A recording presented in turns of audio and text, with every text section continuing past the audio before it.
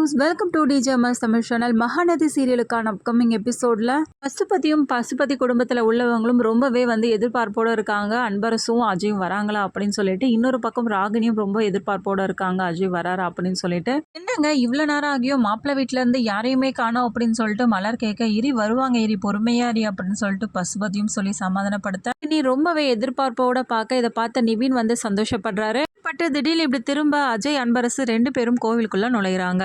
2 பேரையும் பார்த்த நிவின் அதிர்ச்சி அடைறது மட்டும் இல்லாம, இந்த யமுனா என்ன சொன்னா, வீட்டுல பெரிய பிரச்சனை ஆயிடுச்சு, அன்பரசு அஜய் 2 பேரையும் வீட்டுக்குள்ளதான் வச்சிருக்காங்க, அவங்க வெளியில வர்றதுக்கு சான்ஸே இல்லைன்னு தானே சொன்னா, அப்புறம் எப்படி இவங்க 2 பேரும் வெளியில வந்தாங்க அப்படின்னு சொல்லிட்டு ஒரே குழப்பம் அடைறது மட்டும் இல்லாம உடனே யமுனாவுக்கு ஃபோன் பண்ணி பாக்குறாரு நிவின். இவர் வேற கால் பண்றாரு, என்ன சொல்றது அப்படின்னு சொல்லிட்டு, சொல்லுங்க அப்படின்னு சொல்லிட்டு ஃபோன் எடுக்க, என்ன சொல்லுங்க நீ வீட்டுல சொன்னியா இல்லையா கேட்கறது மட்டும் இல்லாம, அஜயும் அன்பரசும் அவங்க வீட்டுல தான் இருக்காங்களா அப்படின்னு சொல்லிட்டு கேட்க, ஆமாங்க அவங்க அங்கதான் இருக்காங்க அப்படின்னு சொல்லிட்டு திரும்பவும் யமுனா போய் பேச ஆரம்பிக்கிறாங்க. போனவை உங்ககிட்ட நான் அப்புறமா பேசிக்கிறேன்னு சொல்லிட்டு உடனடியாக என்ன பண்றாங்க, விஜய்க்கு கால் பண்ணி பேசுறாங்க. டைம்ல எதுக்கு இவங்க கால் பண்ணோம் அப்படின்னு சொல்லிட்டு யோசிச்சுக்கிட்டே விஜய் போன் எடுக்க, சொல்லுங்க எதுக்காக எனக்கு கால் பண்ணிருக்கீங்க அப்படின்னு சொல்லிட்டு கேட்க, உங்க வீட்டுல என்ன நடக்குதுன்னு உங்களுக்கு தெரியுதா இல்லையா அப்படின்னு சொல்லிட்டு நிவினும் கேட்க, எங்க வீட்டுல என்ன நடக்குதுன்னு எனக்கு எப்படி தெரியும், நான் தான் வெளியில இருக்கனே அப்படின்னு சொல்லிட்டு விஜயும் சொல்ல, இருக்கீங்களா அப்ப நீங்க வீட்டுல இல்லையா அப்படின்னு சொல்லிட்டு கேட்க, ஆமா நான் வெளியில தான் இருக்கேன், நானும் காவேரியை தான் கொடைக்கானலூர்ல வந்திருக்கோம் அப்படின்னு சொல்றது கேட்ட நிவின் அதிர்ச்சி அடைகிறாரு. நிவினோட மனசுக்குள்ள, ஓ இவங்கெல்லாம் இல்லைன்னு தெரிஞ்சுக்கிட்டு தான் கல்யாண ஏற்பாடுகள்லாம் பண்ணியிருக்காங்க போல அப்படின்னு சொல்லிட்டு விஷயத்த சொல்ல ஆரம்பிக்கிறாரு. மாமா பொண்ணு ராகினிக்கும் உங்க தம்பி அஜய்க்கும் திருட்டுத்தனமா கோவில்ல கல்யாண ஏற்பாடுலாம் பண்ணியிருக்காங்க, இப்போ கொஞ்ச நேரத்துல கல்யாணமும் முடிய போதுங்க அப்படின்னு சொல்றாங்க. கேட்ட அதிர்ச்சி அடைந்த விஜய், என்ன சொல்றீங்க நீங்க சொல்றதெல்லாம் உண்மையா அப்படின்னு சொல்லிட்டு கேட்க, ஆமாங்க நான் ஏங்க உங்ககிட்ட போய் சொல்ல போறேன் அப்படின்னு சொல்றாரு.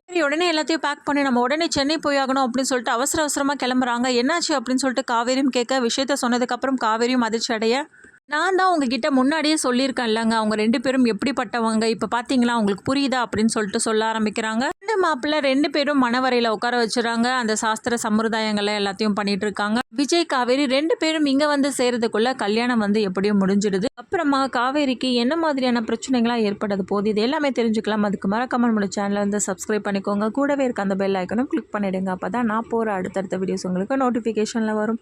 ஓகே வியூஸ், தேங்க்ஸ் ஃபார் வாட்சிங் திஸ் வீடியோ.